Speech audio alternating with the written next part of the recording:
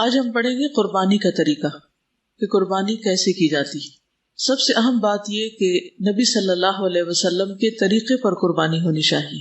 نبی صلی اللہ علیہ وسلم نے عید الاضحیٰ کی نماز کے بعد خطبہ دیتے ہوئے فرمایا کہ جس شخص نے ہماری نماز کی سی نماز پڑھی، یعنی جیسے ہم نے پڑھی ایسی ہی نماز پڑھی اور ہماری قربانی کی طرح قربانی کی، اس کی قربانی صحیح ہوئی۔ تو اس معاملے میں بھی ہمیں نبی صلی اللہ علیہ وسلم کا اتباع کرنا ہوگا، تب ہماری قربانی عبادت کا درجہ قرار پائے گی۔ اگر ہم نے اس میں خود ساختہ طریقے اختیار کیے تو درست نہیں ہوں گے۔ آپ نے فرمایا اور جس نے نماز سے پہلے قربانی کی تو وہ نماز سے پہلے ہے، یعنی صرف گوشت کے لیے ہے اور اس کی قربانی نہیں ہوگی۔ دوسری چیز یہ کہ خود اپنے ہاتھوں سے ذبح کرنا، یعنی اس کام میں ذاتی دلچسپی لینا ضروری ہے۔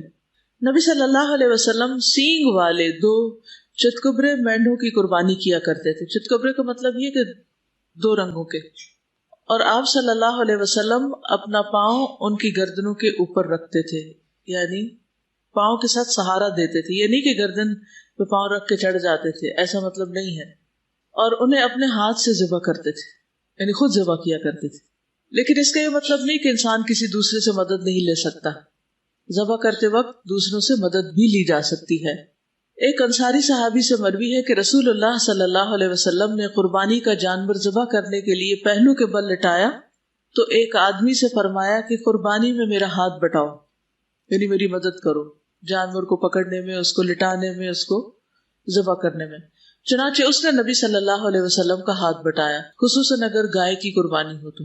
پھر اسی طرح یہ کہ جو کام آپ کو اس میں سے آتا ہو اس میں آگے بڑھ کر دوسروں کی مدد کرنی چاہیے۔ رسول اللہ صلی اللہ علیہ وسلم ایک لڑکے کے قریب سے گزر رہے تھے، وہ بکری کی کھال اتار رہا تھا اکیلا، تو آپ نے اس سے فرمایا ایک طرف ہو جاؤ، میں تمہیں کھال اتارنا سکھاتا ہوں کہ کیسے کھال اتاری جاتی ہے۔ رسول اللہ صلی اللہ علیہ وسلم نے اپنا ہاتھ کھال اور گوشت کے درمیان رکھا، یعنی کھال کے اندر ایک طرح سے ہاتھ رکھا، گوشت سے اوپر، اور ہاتھ سے اس کو بیچ میں سے ہٹانا شروع کیا، چھیلنا شروع کیا، اور اسے زور سے داخل فرمایا حتیٰ کہ باغل تک بازو چھپ گیا، یعنی آپ کا یہ بازو سارا بکری کے اندر چلا گیا، یعنی اندر اندر اندر تک، دور تک اپنے ہاتھ سے آپ کھال اتار رہے تھے۔ اور فرمایا لڑکے اس طرح کھال اتارا کرو، اور پھر آپ چل دیے۔ پھر اسی طرح بیوی کا قربانی کرنے میں شوہر کی مدد کرنا، یعنی بعض اوقات انسان باہر والوں کی مدد لیتا ہے، قصائی وغیرہ کی، اور بعض اوقات گھر کے لوگ بھی مل جل کر کام کر لیتے ہیں، اور اس سے آپس کا پیار محبت بھی اور زیادہ بڑھتی ہے جب شوہر بیوی کے اور بیوی شوہر کے کاموں میں ایک دوسرے کا ہاتھ بٹائیں۔ حضرت عائشہ سے روایت ہے کہ رسول اللہ صلی اللہ علیہ وسلم نے ایک ایسا سینگ والا دمبا لانے کا حکم فرمایا کہ جو سیاہی میں چلتا ہو اور سیاہی میں بیٹھتا ہو اور سیاہی میں دیکھتا ہو، یعنی اس کا چہرہ بھی کالا ہو اور پاؤں کالے، ہاتھ پاؤں کالے۔ جب ایسا دمبا آپ کی خدمت میں لایا گیا تو آپ صلی اللہ علیہ وسلم تاکہ اس کی قربانی کریں، اور تو آپ نے حضرت عائشہ سے فرمایا کہ عائشہ چھری لاؤ، تو پھر حضرت عائشہ چھری لائیں تو آپ نے اس کو ذبح کیا۔ تو اس میں یہ ہوتا ہے کہ ذبح کرنے میں صرف جانور کو کاٹنا ہی مقصود نہیں ہوتا، اس میں بہت سے کام ہوتے ہیں۔ اس میں پانی وہاں رکھنا ہوتا ہے، جانور کو پہلے پانی پلا لیتے ہیں، پھر جگہ بناتے ہیں، رسی وغیرہ کی بازو کا ضرورت ہوتی ہے، اور پھر کاٹنے کے بعد خون نکلتا ہے تو اس کو دھونا، صاف کرنا، پھر جھول وغیرہ ہوتی ہے۔ جھول کا پتہ نا، جھول کس کو کہتے ہیں؟ جی، اس کی اوجڑی وغیرہ، ٹھیک ہے، اس کی جو اوجڑی اور آنتے وغیرہ نہیں اندر سے نکلتی، یہ جھول ہوتی ہے، ٹھیک۔ تو اس کو ہٹانا، اسی طرح بازو کا سری اور پائے وغیرہ الگ کر کے رکھ دیے جاتے ہیں۔ تو اس میں اگر ابو قربانی کر رہے ہیں اور کھال اتار رہے ہیں تو امی ساتھ کیا کر سکتی ہیں، اور بیٹیاں کیا کر سکتی ہیں، اور بیٹے کیا کر سکتے ہیں، اور پھر اس کے بعد یعنی سارے مل کے اس کی پوری مینجمنٹ کر لیں، اور پھر اس کو اچھے طریقے سے جب گوشت وغیرہ کٹ جائے تو پھر اس کی پیکنگ اور اس کی تقسیم، اس کام میں بھی شریک ہونا چاہیے، اور بچوں کو بھی اس میں شریک کرنا چاہیے۔ ساری سنت سے محروم ہو جاتے ہیں، اس لیے کچھ نہ کچھ گھر میں ضرور کرنا چاہیے۔ جیسے نبی صلی اللہ علیہ وسلم 2 مینڈے کیا کرتے تھے، تو آپ اگر 2 کر رہے ہیں تو 1 دے دیں اور 1 گھر میں کر لیں۔ لیکن اس کو سیلیبریٹ کرنا ایک طرح سے، اور اس پورے عمل میں شریک ہونا جو ہے، اس سے وہ روح آتی ہے انسان کے اندر۔ اگر وہ کہے نہیں میں تو گوشت کو ہاتھ نہیں لگاتی، اور تم میرے سامنے کٹا میں تو کھاؤں گی بھی نہیں، اور ہائے ہائے یہ بال کیسے ہیں اس کے، یہ دم بھی ہوتی ہے اس کی، اور یہ تو جھول ہے، اور اس طرح کے بہت سے نخرے کر کے عام طور پر لڑکیاں پیچھے ہٹ جاتی ہیں کام سے۔ تو یہ نہیں ہونا چاہیے. کچھ بھی ہو اس کو سنت سمجھ کر آگے بڑھنا ہے، ہاتھ لگانا ہے، تقسیم کرنا ہے، دینا ہے، اور اللہ کا شکر ادا کریں کہ آپ کے جسم صحیح سلامت ہے، آپ یہ سب کچھ ابھی کر سکتے ہیں، تو یہ کام کر لیں. اور ان سارے کاموں کے کرنے میں آپ کے دل میں خیال کیا ہونا چاہیے کہ سنت ابراہیمی کو زندہ کر رہے ہیں. وہ اللہ کے دوست تھے، ان کے طریقے کو فالو کرتے ہوئے شاید اللہ سبحانہ وتعالیٰ ہم سے بھی محبت کرے. یعنی اللہ کی محبت میں یہ کام کرنا ہے. ٹھیک ہے، اس کو بوجھ سمجھ کے نہیں کرنا، مصیبت سمجھ کے نہیں کرنا، اور کام کرتے ہوئے بہت باتیں نہیں بنانی، یہ باتیں ہی نہیں کرتے چلے جانا. کچھ لوگوں کو میں نے دیکھا ہے کہ چاہے وہ کوئی بھی کام کر رہے ہوں وہ بولتے بہت ہیں. حتیٰ کہ آج مجھے کسی نے بتایا کہ وہ کسی کے غسل میں شریک تھی، آج کسی کی ڈیتھ ہو گئی، تو جو غسل دے رہی تھی مسلسل باتیں کیے جا رہی تھی. اب دیکھیے کہ میت کو ہاتھ لگاتے وقت اس وقت انسان کو اپنی آخرت یاد کرنی چاہیے، اپنے آپ کو وہاں رکھ کے دیکھنا چاہیے. اس سے کئی اور سبق انسان کو مل سکتے ہیں کہ جس طرح میت اب اپنے لیے کچھ نہیں کر سکتی. ایک دن میں بھی اس ٹیبل پر یا اس چارپائی پر ہوں گی، اپنے لیے کچھ نہیں کر سکوں گی. میں اپنے لیے کیا چاہوں گی کہ مجھے کس طرح ہاتھ لگایا جائے، اسی طرح اس کو ہاتھ لگایا جائے. یہ کئی سبق ہو سکتے ہیں. اور اگر ہم صرف باتیں کرتے چلے جائیں تو غور و فکر کرنا کم ہو جاتا ہے، اور پھر استغفار کرنا اور اللہ کی یاد اور موت سے جو عبرت ہے وہ ختم ہو جاتی. تو ہر وقت نہیں بولتے، اس کا یہ مطلب بھی نہیں کہ ایسی چپ سادھ لیتے ہیں کہ بالکل ہی نہیں بولتے. یعنی کہ آپ ضرور بات کریں، لیکن ایک ایسا شغل نہ لگا لیں کہ جس میں پھر روح چلی جائے، کسی ایکسٹریم پر نہ ہو. یعنی آپ بات بھی کریں اور خوشگوار ماحول بھی رکھیں، لیکن ٹو مچ ٹاکنگ نہ ہو. اس میں سے جو چیزیں سمجھ میں آ رہی ہوں، جو سبق نکل رہے ہوں، ان کو ضرور آپس میں ایک دوسرے سے شیئر کریں. اور ہو سکے تو تھوڑا سا یعنی گوشت، خون، ان سارے جو اعضاء ہیں، ان کی فنکشننگ ہے، ان کی جو حقیقت ہے، اس کے بارے میں کچھ پڑھ بھی لیں. خون کس چیز سے بنا ہوتا ہے، دل کیسے کام کرتا ہے، پھیپھڑے کیسے، کیونکہ اگر بکرے کے پھیپھڑے سلامت نکالیں نا، اس کی جو پائپ ہوتی ہے اس کے ساتھ اگر اس میں ہوا بھرے تو وہ پھولنے بھی لگتے ہیں. کہ کس طرح پھولتے ہیں، اسپنجی ہوتے ہیں تو کس قسم کے ہوتے ہیں، اسپلین کس کو کہتے ہیں، اور کڈنیز کیسے ہوتے ہیں. ہم تو کٹے ہوئے کڈنی کھاتے ہیں، ہم سمجھتے کڈنی ایسے ہی آدھا سا ہوتا ہے. کڈنی کی اصل شیپ کیا ہوتی ہے. تو اس میں بچوں کو سکھائیں، بلکہ اپنے آس پاس کے جو بچے ہیں ان کو ایک ایک چیز سکھائیں. وینز کون سی ہیں، آرٹریز کون سی ہیں، اور اس میں، اور یہ سب کچھ کیا ہوگا، اللہ کی تخلیق پر غور کرنا ہوگا کہ گوشت ہڈیوں کے ساتھ کیسے جڑا ہوا ہے. جی اسی طرح ایک عید تھی اور بکرا ذبح کیا گیا تھا، تو ان دنوں میں میٹرک میں تھی اور میں کڈنی کے بارے میں پڑھی تھی. پاپا کو کہا کہ مجھے سمجھایا، مجھے سمجھ نہیں آ رہی. تو جب وہ ذبح کیا گیا تو پاپا نے تب مجھے بلایا اور اس کا کڈنی کٹا ہوا تھا، ادھر سے مجھے سمجھایا. اس کے بعد میں کبھی نہیں بھولا، وہ مجھے ابھی بھی یاد آتا. اچھا اس کے ایسی سب ہوتا ہے. یعنی یہ ساری چیزیں بھی سیکھنے کی. ٹھیک ہے ہماری باڈی بالکل اس طرح کی تو نہیں، لیکن کافی حد تک ملتی جلتی بھی ہے، بہت سے اعضاء ملتے جلتے بھی ہیں. تو ان اعضاء کو دیکھ کر ہم اپنے بچوں کو بہت کچھ سکھا بھی سکتے ہیں. تو مومن کا ہر کام بامقصد ہوتا ہے، صرف شغل نہیں ہوتا، صرف سیلیبریشن نہیں ہوتی، ہر چیز بامقصد. پھر اگر عورت اپنے ہاتھ سے قربانی کر رہی ہے تو بھی ٹھیک ہے، اگر اتنی ہمت ہے، اتنی طاقت ہے. اور پھر اپنی بیٹیوں کو بھی شریک کرنا. ابو موسیٰ اشعری رضی اللہ عنہ نے اپنی بیٹیوں سے کہا کہ اپنی قربانی وہ اپنے ہاتھ سے ہی ذبح کریں، اپنا اپنا کام خود کریں. اس سے دو باتیں پتہ چلتی ہیں. ایک تو یہ کہ بیٹیوں کی قربانی الگ تھی، انہوں نے اپنی اپنی بھی کی، اور دوسرے یہ ہے کہ انہوں نے اپنے ہاتھ سے کی. پھر قربانی کرنے کے لیے جگہ مقرر کرنا. عبداللہ ابن عمر رضی اللہ عنہ قربانی کرنے کی جگہ قربانی کرتے تھے. پھر عیدگاہ میں قربانی کرنا. نافع کہتے ہیں کہ عبداللہ بن عمر نے بتایا کہ رسول اللہ صلی اللہ علیہ وسلم عیدگاہ میں قربانی کیا کرتے تھے، یعنی جہاں نماز پڑھتے تھے وہیں کھلے میدان میں قربانیاں کی جاتی تھی. اس کا ایک فائدہ یہ بھی ہے کہ اگر میدان کچا ہو تو قربانی کرنے کے بعد اس کی جو خون وغیرہ ہے اس کو زمین کھود کے اس کے اندر سب کچھ دفن کیا جا سکتا ہے، اور اس طرح کسی قسم کا تعفن نہیں پھیلتا جو عموماً ہمارے شہروں میں پھیل جاتا ہے، جب ہر شخص اپنی قربانی کر کے جھول وغیرہ کو اپنے دروازے میں باہر رکھ دیتا ہے. اب ذبح کرنے کی شرائط کیا ہے؟ اچھے طریقے سے ذبح کرنے کے لیے چند شروط کا ہونا ضروری ہے. ذبح کرنے والے کا اہلیت والا ہونا، یا وہ مسلمان ہو یا اہل کتاب میں سے ہو، کیونکہ اہل کتاب کا ذبیحہ بھی کھایا جا سکتا ہے. لیکن اگر بت پرست ہو تو اس کا ذبیحہ نہیں کھا سکتے. یعنی اگر آپ کسائی بلا رہے ہیں تو وہ مسلم ہونا چاہیے، نمازی ہونا چاہیے، یا پھر اہل کتاب میں سے ہونا چاہیے. جی نماز مسلمان ہونے کے لیے شرط ہے نا، تو آپ ضرور کسائی سے پوچھیں نماز پڑھتا کہ نہیں. اسی طرح مرتد کا ذبیحہ بھی جائز نہیں، کہ ایک شخص سو کالڈ مسلم ہے لیکن وہ اسلام کے خلاف باتیں کرتا ہے، نبی صلی اللہ علیہ وسلم کا مذاق اڑاتا ہے یا دین کی چیزوں کا مذاق اڑاتا ہے، تو اس سے بھی ہوشیار رہیں. اور یہ نمازی کی شرط جو ہے یہ امام نووی نے لگائی ہے، الاربعین النوویہ والے جو ہے. اور اہل کتاب کے ذبیحہ کے حلال ہونے کی دلیل کیا ہے؟ وَطَعَامُ الَّذِينَ أُوتُوا الْكِتَابَ حِلٌّ لَّكُمْ وَطَعَامُكُمْ حِلٌّ لَّهُمْ. اہل کتاب کا کھانا تمہارے لیے حلال اور تمہارا کھانا ان کے لیے.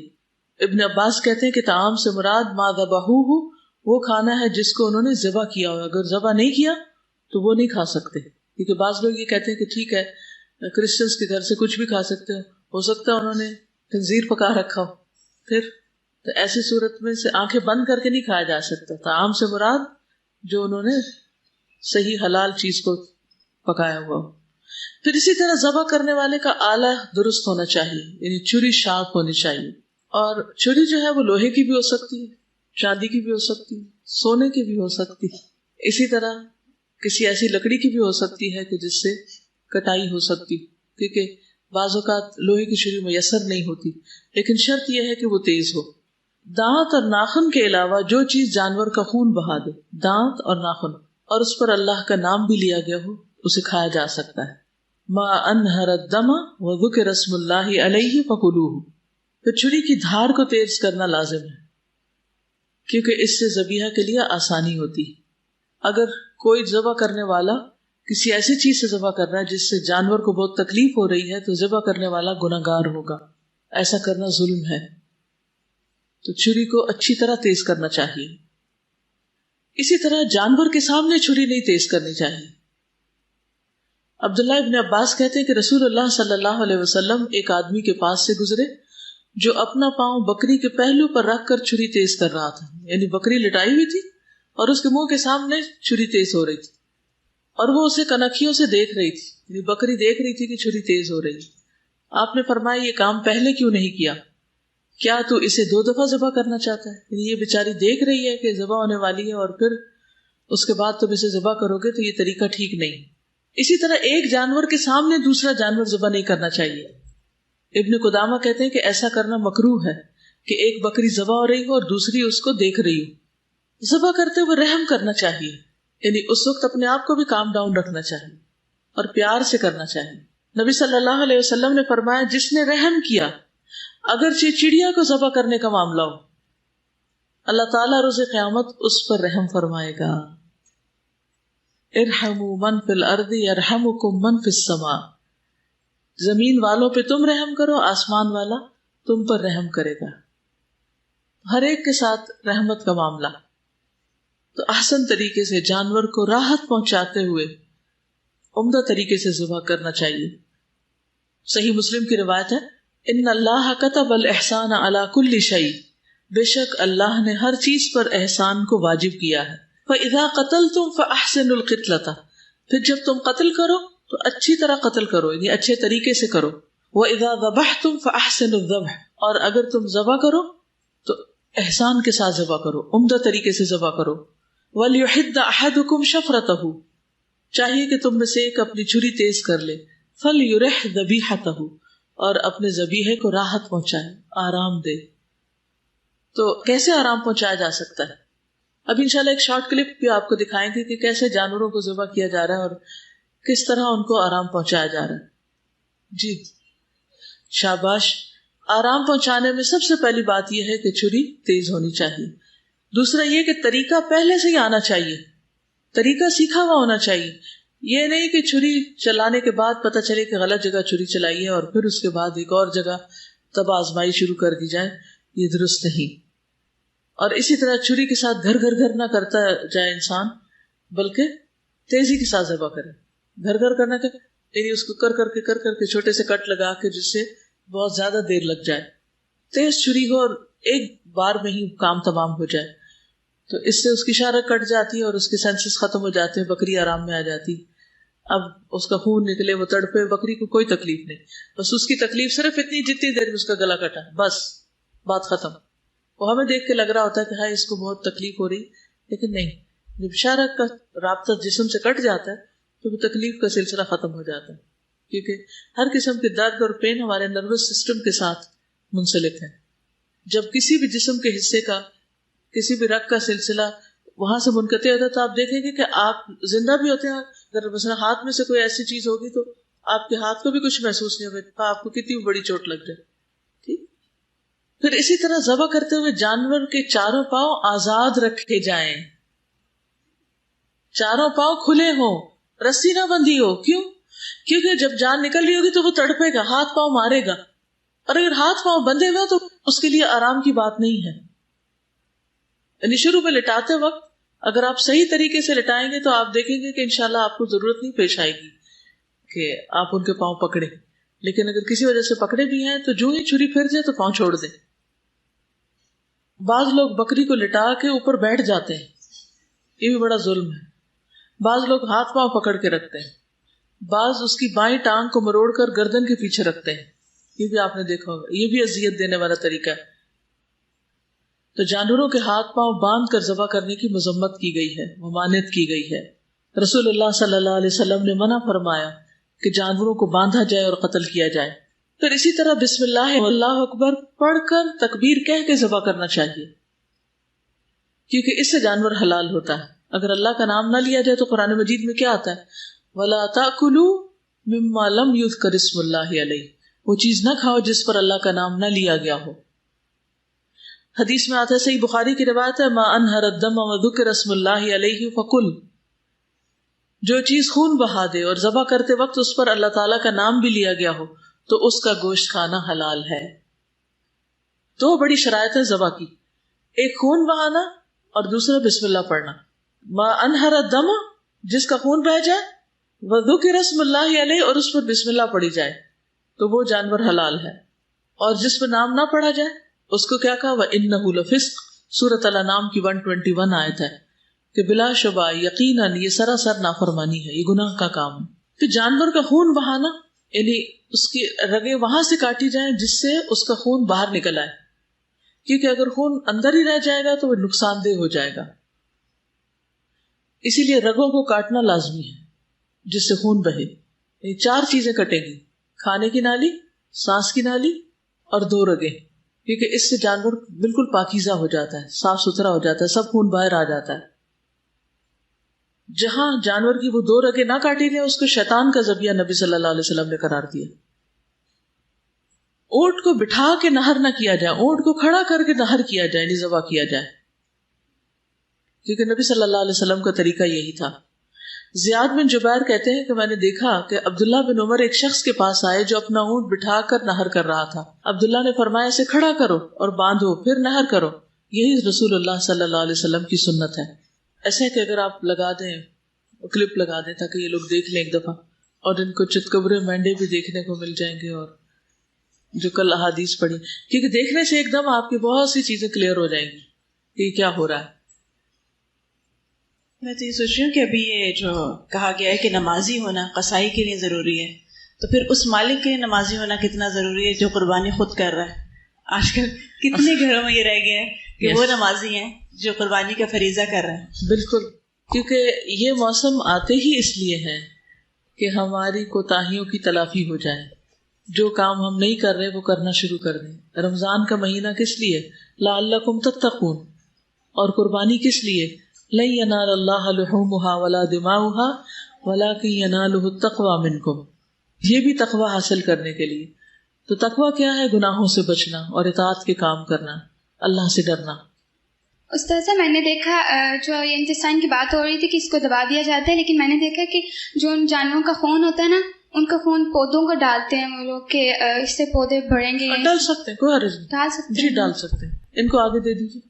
السلام علیکم. دو باتیں تھی، بتایا تھا کہ فیملی کے ساتھ مدد کرے نا، تو پچھلے کئی سالوں سے مجھے لگتا تھا کہ میں پارشلی قصائی ہوں، کیونکہ گوشت بنانے کا جتنا کام ہے وہ مجھے شام تک کرنا پڑتا تھا، اور مجھے یہی مظلومیت لگی رہی تھی کہ بھائی تو بانٹنے میں لگے ہوئے اور مجھے چھری پکڑا دی ہے ادھر کرنے میں.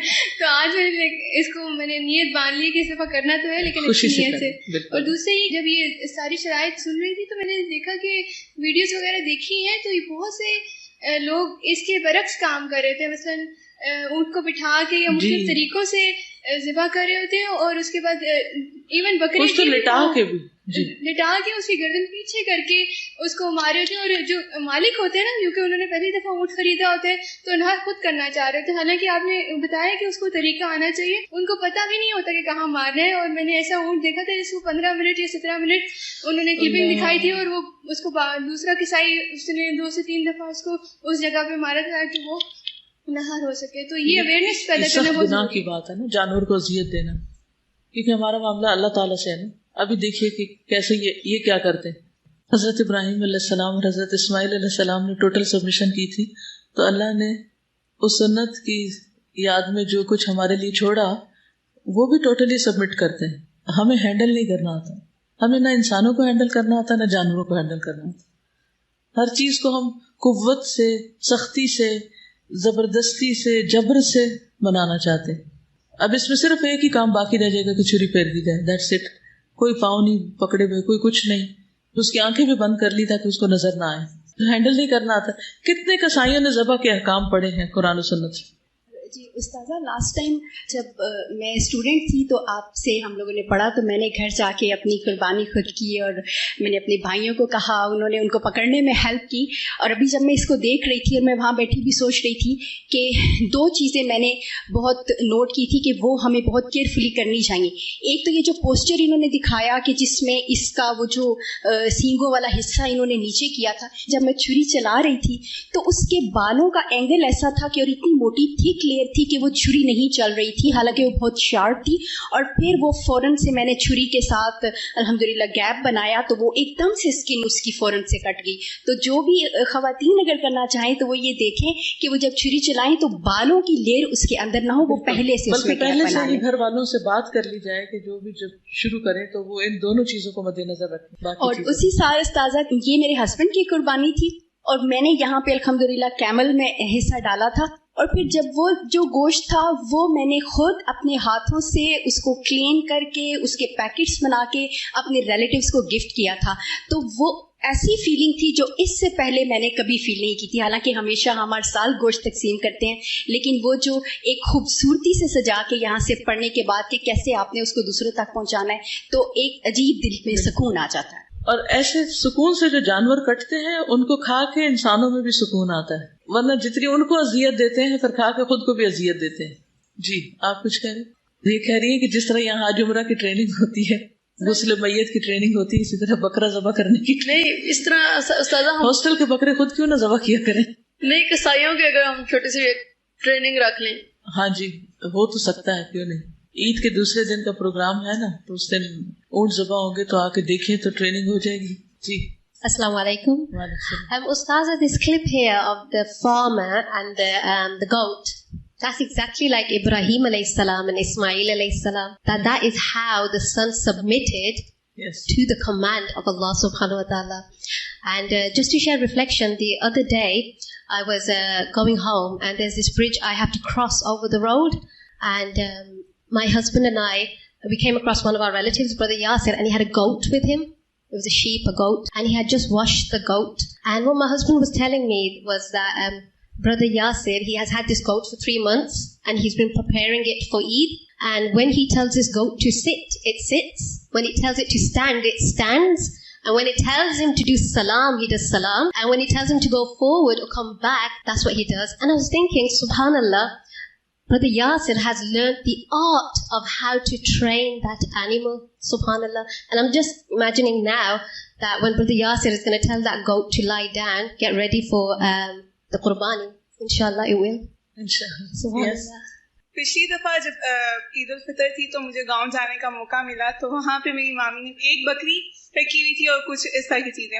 تو ویسے میرا شوق ہوا، ان دنوں ہم یہ بھی پڑھے تھے کہ موسیٰ علیہ السلام نے بکریاں چرائی اور سارے انبیاء نے بکریاں چرائی. تو میرا بھی شوق ہوا کہ ذرا میں نے ان سے کہا کہ میں آپ کے ساتھ چلوں گی. تو وہ کہتی ہے مجھے کچھ اور کام ہے، تم خود ہی لے جاؤ. وہ میں اس کو ایک ہی بکری تھی پر میں اس کو لے کے جب گئی تو وہ مجھ سے گم ہی ہو گئی اور میں واپس اور اتنی مشکلوں سے اور وہ مجھے ملی ہی نہیں دوبارہ. پھر وہ میری مامی نے خود ہی اس کو کسی طرح لایا تو وہ میں واپس آ کے مجھ سے کہی, میں کہا آپ کس طرح ان کو سنبھالتی ہیں, میرے پاس ایک ہی تھی اور وہ بھی گم ہوگی. وہ کہتی ہیں مجھے تو کبھی بھی اس طرح کا کوئی نہیں ہوا, وہ بلکہ میں بیٹھی رہتی ہوں وہ خود سے چل کے میرے پاس آ جاتی ہے اور پھر خود ہی میں اس کو آرام سے پکڑ کے لے آتی ہوں گھر میں. جب تک کوئی کام کیا نہ جائے کرنا نہیں آتا. السلام علیکم. استاذہ اب پچھلے 2 دن جو سیشن ہوتا رہا اس طرح تو میرے اندر بہت زیادہ فیلنگس اس طرح آنی شروع ہو گئی کہ I was like Qurbani Eid اور this is really special and I should do something this time.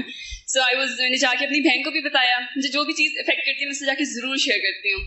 تو میں نے اس کو بتایا کہ جس کام میں انوالومنٹ ہوتی ہے نا اس میں آپ کا خلوص اور نیت جو ہوتا ہے نا وہ اس کا لیول ہی اور ہوتا ہے. بالکل. تو وی پلانڈ, کیونکہ ہم لوگ بچے ہیں, ہم لوگ تو نہیں بکرے خرید سکتے, what we can do is that ہم حصہ ڈال سکتے ہیں. تو ہم نے یہ ٹارگیٹ رکھ لیا کہ نیکسٹ ایئر انشاءاللہ ہم لوگ کچھ 8-10 ہزار 15 ہزار جتنا بھی بکرے کا یا جس کا بھی ہم ڈالنا چاہیں تو ہم اتنا جمع کر کے تو ہم اس میں ڈال سکتے ہیں. پھر ہماری اس میں انوالومنٹ ہوگی نا, ہم سامنے دیکھیں گے اس بکرے کو تو وہ فیلنگس بھی ہوں گی. پھر حضرت ابراہیم والا جو آپ نے ہوم ورک دیا تھا کہ وہ فیلنگس اپنے اندر جگانی ہے تو وہ سارا ریلی افیکٹو. اونٹ کا نہر بھی ذرا دیکھ لیجیے تھوڑا سا. نہیں, ان کے منہ ادھر ہیں, صرف چند کو الگ کرتے ہیں پھر اس کے بعد ادھر. اس لیے وہ جو ہم پڑھتے ہیں نا کہ نبی صلی اللہ علیہ وسلم نے 63 اونٹ اپنے ہاتھ سے ذبح کیے تھے, تو اس کے لیے بھی مہارت چاہیے. اور یعنی آپ کے ہاتھ میں کتنی مہارت تھی, جس طرح اس شخص نے یہ ایک اونٹ کو صرف ایک کاٹنے کی جگہ ہے جہاں سے خون سارا نکلتا ہے, وہ صرف وہاں پر وہ لگا رہا ہے اور وہ کٹتے جا رہے ہیں. اور جیسے قرآن میں آتا ہے سورۃ الحج میں کہ اذا وجبت جنوبہم, جب ان کے پہلو زمین پہ ٹک جائیں. اونٹ ساری زندگی کس طرح کی شان و شوکت کے ساتھ گزارتا ہے, لیکن اللہ کے حکم سے جب اپنی جان دیتا ہے تو کس طرح ہمبل ہوتا جاتا ہے, گرتا چلا جاتا ہے. جی آپ کا یہ کچھ یہ میں دیکھ رہی جو سبمیشن ہے جانوروں کی جیسے گوٹس اور وہ گنبوں کی, تو ایز اف دے نو اللہ نا کہ اللہ تعالیٰ کو جانتے ہیں, جو ہی اس کا نام لیا جاتا ہے اور ان کو پتہ چل جاتا ہے کہ وہی اس کے نام پر ہم نے اب جان دینی ہے تو وہ ہمارا مالک ہے. بالکل. جب تک پہچان نہ ہو اس وقت تک سبمیشن نہیں ہوتی نا. مجھے معلوم ہے کچھ لوگ خون نہیں دیکھ سکتے, اسی لیے میں نے بند کرا دی تاکہ مزید پریشان نہ ہو, لیکن یہ ہے کہ وہ اللہ کے نام پر خون گرایا جا رہا ہے.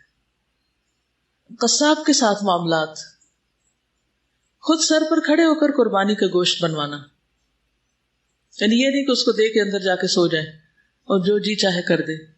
علی رضی اللہ عنہ روایت کرتے ہیں کہ نبی صلی اللہ علیہ وسلم نے ان کو حکم دیا کہ قربانی کے جانور کے پاس کھڑے ہوں. کن کو حکم دیا؟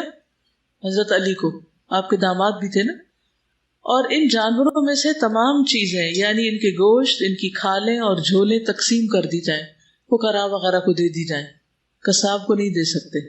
قصاب کو قربانی میں سے کوئی چیز بطور اجرت نہیں دی جا سکتی. ہاں بطور تحفہ کچھ گوشت اس کو بھی دے دیا جائے, اس نے کاٹا ہے سب کچھ کیا, لیکن قیمت پہلے چکا لی جائے اور اس کے اوپر کوئی گفٹ کے طور پر آپ دینا چاہیں تو وہ دے سکتے ہیں.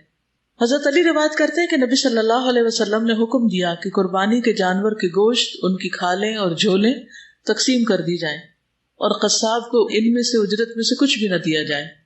وہ کہتے ہیں کہ ہم قصاب کو اپنے پاس سے اجرت دیتے تھے, ٹھیک ہے, اور قربانی کی کھال اور جھول کو صدقہ کر دیا جاتا تھا. یہ بھی حضرت علی کا بیان ہے کہ قربانی کا جو جانور میں نے ذبح کیا تھا اس کی جھول اور کھال کو صدقہ کیا.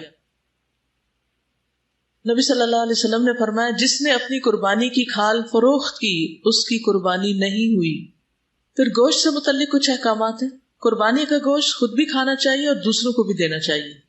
فَكُلُوا مِنْهَا وَأَطْعِمُوا الْقَانِعَ وَالْمُعْتَرَّ, پس اس میں سے خود بھی کھاؤ اور ان کو بھی کھلاؤ جو قناعت کیے بیٹھے ہیں, اور ان کو بھی جو اپنی حاجت پیش کریں.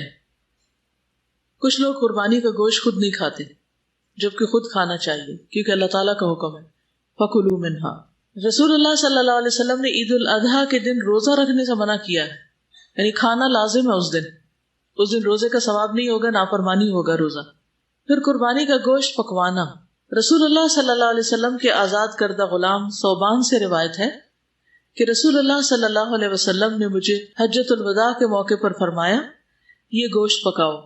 صوبان کہتے ہیں میں نے اس گوشت کو پکا کر رکھا, آپ مدینہ پہنچنے تک اس میں سے کھاتے رہے. 8 دن سفر میں لگے شاید, تو اس سارے عرصے میں راستے میں بھی کھاتے نہیں. اس طرح پکایا گیا ہوگا کہ وہ خراب نہ ہو, یعنی کئی دن تک کھا سکتے ہیں, رکھ بھی سکتے ہیں, فریز بھی کر سکتے ہیں. اس کا شوربہ بنا کے پی سکتے ہیں، اس کو جتنی بھی ریسیپیز آپ کو آتی ہیں ان سب کو ٹرائی کر سکتے ہیں، کچھ بھی کھانا اس میں سے منع نہیں. لیکن یہ نہ کریں کہ لیگز اپنے لیے رکھ کے ان کو روسٹ کروا لیں اور باقی جو ہیں جو آگے پیچھے کا ہے وہ ربز وغیرہ وہ تقسیم کر دیں.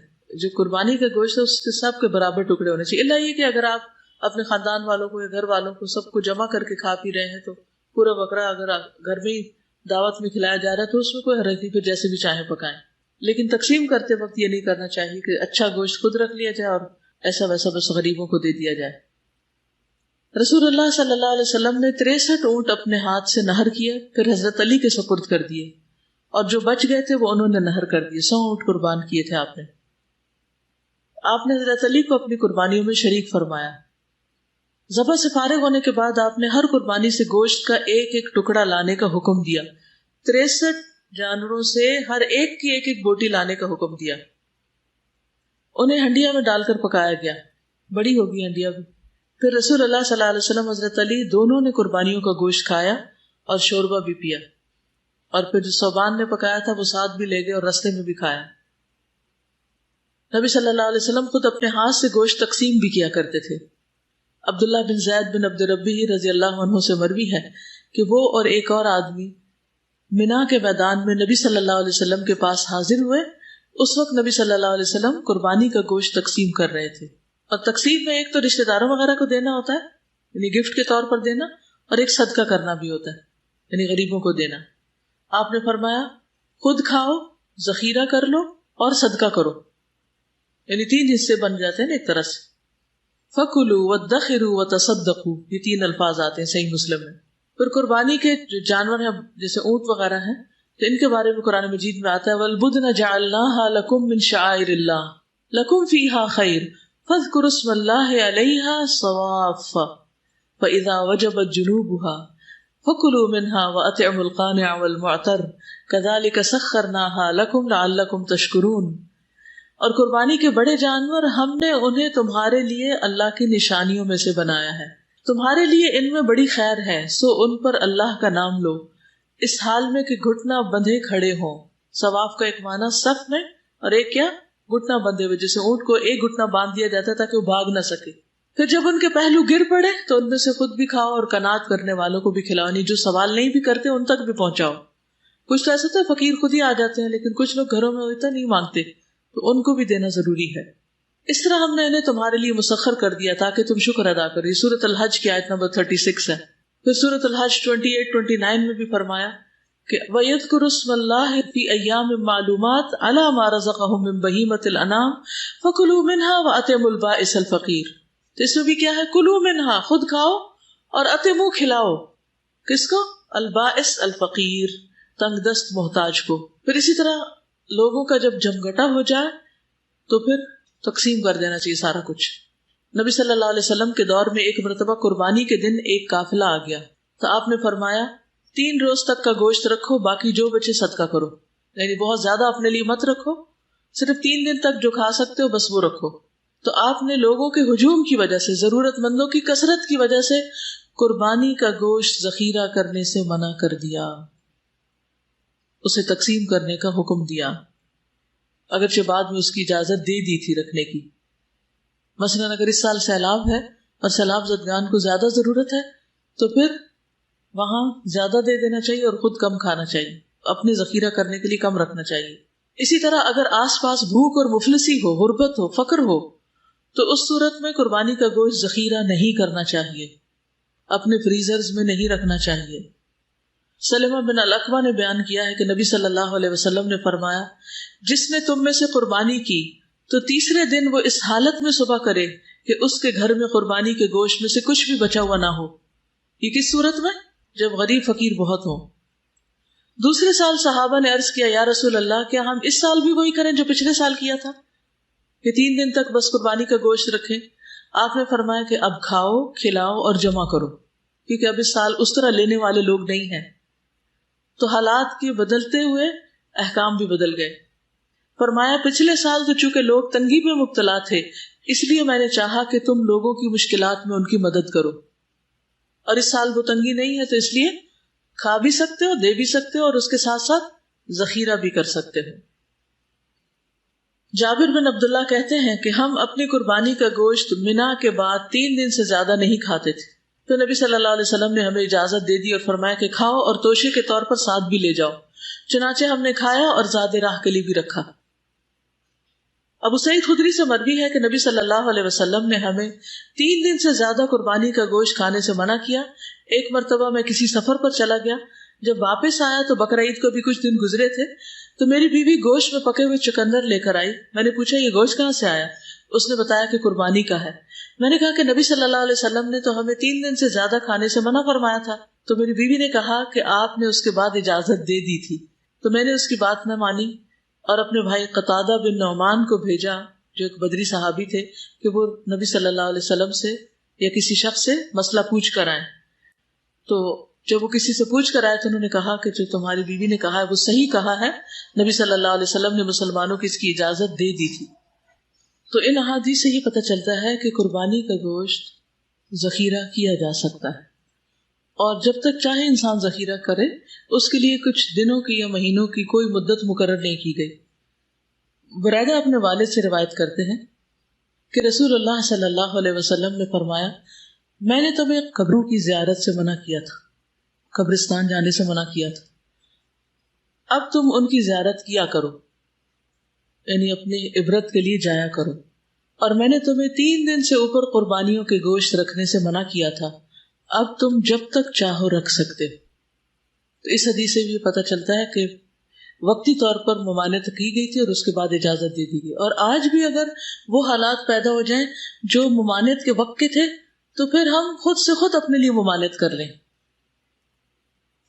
عابس کہتے ہیں کہ میں نے حضرت عائشہ رضی اللہ تعالیٰ عنہا سے پوچھا، کیا نبی صلی اللہ علیہ وسلم نے 3 دن سے زیادہ قربانی کا گوشت کھانے سے منع کیا تھا؟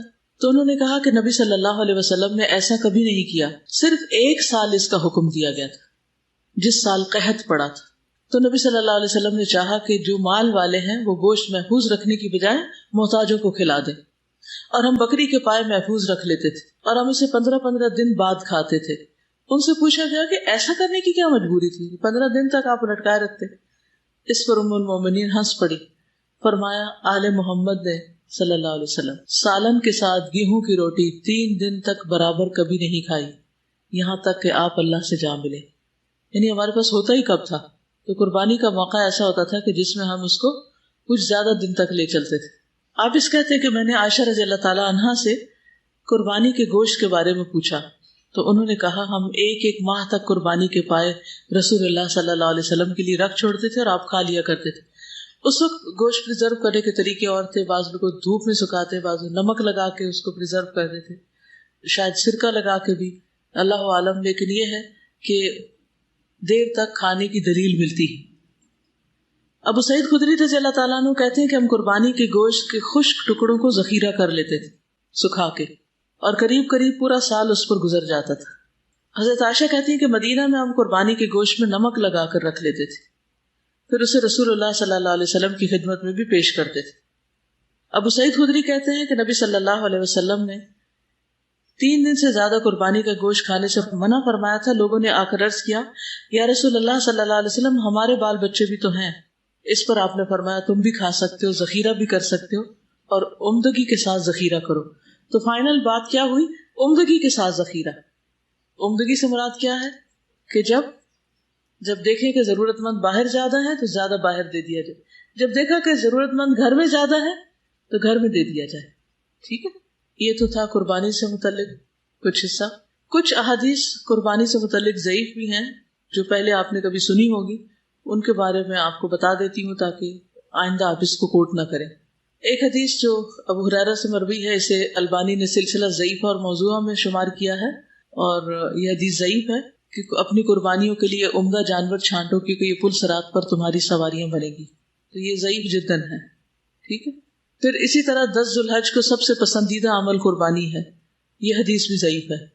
پھر ہر بال کے بدلے ایک نیکی ہے، تو یہ بھی حدیث موضوع ہے۔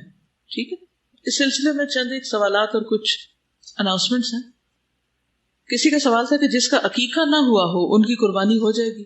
جس کا عقیقہ نہ ہو اس کے اعمال معلق رہتے ہیں، تو اس لیے یہ اچھا موقع ہے کہ آپ اپنا عقیقہ پہلے کر لیں بجائے اس کے کہ آپ دوسری قربانی دیں۔ اگر آپ کے پاس استطاعت ہے تو عقیقے کا بھی کر لیں اور دوسرا بھی کر لیں. اگر کسی قریبی عزیز کی طرف سے قربانی کرنا ہو تو کیا اس کے لیے لازم ہے کہ پہلے اپنی طرف سے کی جائے؟ نہیں، جو اپنی کر رہے ہیں اس میں اس کو بھی شامل کر لیں. پشاور اور کوہاٹ کے علاقوں میں اتوار کے روز عید ہے. اس دن 9 ذی الحج ہے. ہم روزہ رکھیں تو نماز عید اور قربانی مس ہوتی. گھر والوں کے ساتھ عید کریں تو 9 ذی الحج کا روزہ مس ہوتا ہے. آپ عرفہ کے دن جمعے کو آ رہا ہے نا سعودی عرب کے ساتھ، اور ہفتے کا دن تو جمعہ ہفتہ دونوں دن روزہ رکھ لیں، پھر کچھ بھی مس نہیں ہوگا. عید کا پروگرام آپ کے سامنے رکھنا چاہوں گی. سب سے پہلے تو یہ ہے کہ یہاں پر بھی انشاءاللہ عید کی نماز ہوگی. جو لوگ آنا چاہیں موسٹ ویلکم.